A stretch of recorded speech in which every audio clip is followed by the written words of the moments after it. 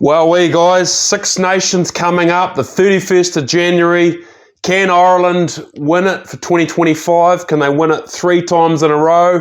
Ooh, can't wait, guys. Guys, in this video, I'm going to be covering 3 main areas for the preview of the Ireland side. So, what did we learn about Ireland from 2024? And what will Simon Easterby's strategy be with the Ireland side? Yeah, what are their key players for the 2025 tournament? And we'll run through some predictions and analysis of their games for the tournament. Guys, if you're enjoying the content, please support the channel.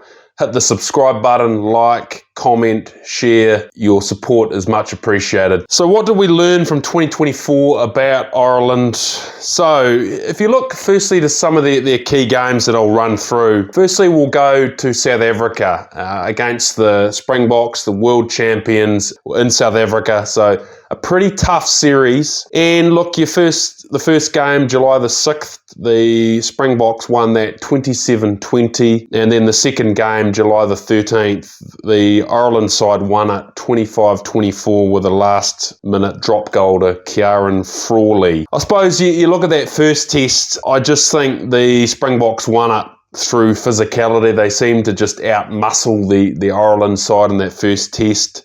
Still a pretty close game though, only 7 points, so it shows the Ireland side was still there and thereabouts. And that second test, what it showed when they matched the Springboks physically, they were in the game, and then that last minute drop goal to Kieran Frawley, obviously winning that game. So 1-1 against the world champions in South Africa, that's a pretty good effort. So they're a quality side, and on their day it shows they can win big games against good sides. I think you move then to the November the 8th game, Ireland versus the All Blacks, where the All Blacks won that 23-13. Yeah, probably a bit strange. I think a lot of people actually thought before that game that the Ireland side would actually beat the All Blacks. For me, I thought that game, I just thought the Ireland side just lacked a bit of that attack execution and a bit of accuracy in a few areas. Certainly what they didn't lack though was their defence, their rush defence, and that raw physicality they brought in that game against the All Blacks was very impressive. But yeah, again, just that accuracy on attack and with their game management they lacked, and ultimately the All Blacks won. I think it's important to remember though that they hadn't had a game the previous week to build combinations, and I think that game that had quite a significant impact. So if the Ireland side had a warm-up game, but before the All Blacks game, it could have been a different result at the Aviva. You then look to other big games. So on November the 15th, the Ireland side beat Argentina 22-19. So yeah, again, they ground out a pretty tough win. Only 3 points in that game, pretty close, but they got across the line and won it. And then the other big one for me was November 30th, Ireland versus the Wallabies, where Ireland won that game 22 points to 19. So again, that was against a pretty good Wallabies side. They'd beaten the England side at Twickenham a couple of weeks before. Again, that Ireland side, that they won it, and what that shows is they are capable of grounding out tough wins and winning those big games, again against a pretty good Wallabies side. I suppose you look to recurring themes. What it does show is the Ireland side is capable of grounding out tough wins when required. Does show a few glimpses there with some issues on attack, with accuracy. I hate to say this, but they're still developing post that Johnny Sexton era. An absolute great of the game. That Ireland side, particularly the game management with Johnny Sexton, was absolutely phenomenal under him. So I just still feel they're finding their replacement fly half, and they're developing that combination quite quickly. What do we expect under Easterby? Certainly they'll have a real focus on the set piece. They'll bring that raw physicality, certainly that rush defence, that cover defence will be a real focus for them. and some real smart tactical kicking I'm expecting. And yeah, the other thing will be interesting. Will anything change with their attack execution? You know, when will they attack? How will they attack with their combinations? Inside runners, will they shift the ball wide? I'll be interested to see that, so time will tell. Looking at their key players for these Six Nations, firstly, the key one for me is fly half. So, and guys, let me know your thoughts on this. You know, you look at a couple of players there, Jack Crowley, Kieran Frawley, or potentially Sam Prendergast. So, again, I don't know who they'll go with out of them. I suspect they'll probably go with Jack Crowley and Kieran Frawley, but look, time will tell.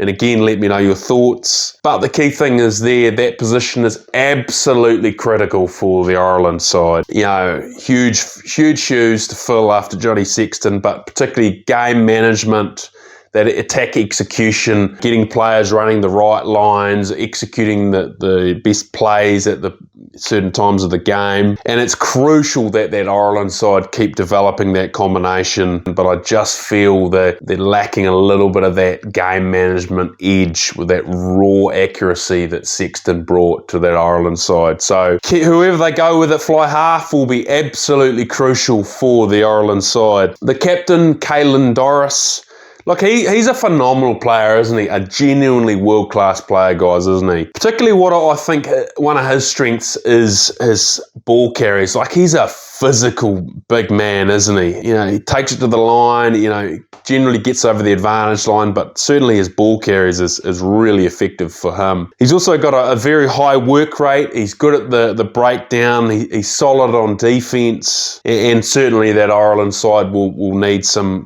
good, strong leadership from him for the Six Nations. The other key player from me is Tadhg Furlong, and guys, it's good to get a good old-fashioned front row prop in your key players from time to time. The thing that I like about Tadhg Furlong, and I think if he can get this going in his game, this will really be beneficial to the Ireland side. He's a big man, isn't he, Tadhg Furlong? You know, and particularly his ball carries are very effective. He's a hard man to stop with the physicality he brings. But for me, equally impressive is when he takes it to the line, and his ball skills are actually very impressive. So when they get that combination, sometimes he carries the ball hard, or sometimes he catches the ball and he goes out the back door and they can spin it wide, and he sucks that defence in on Tadhg Furlong.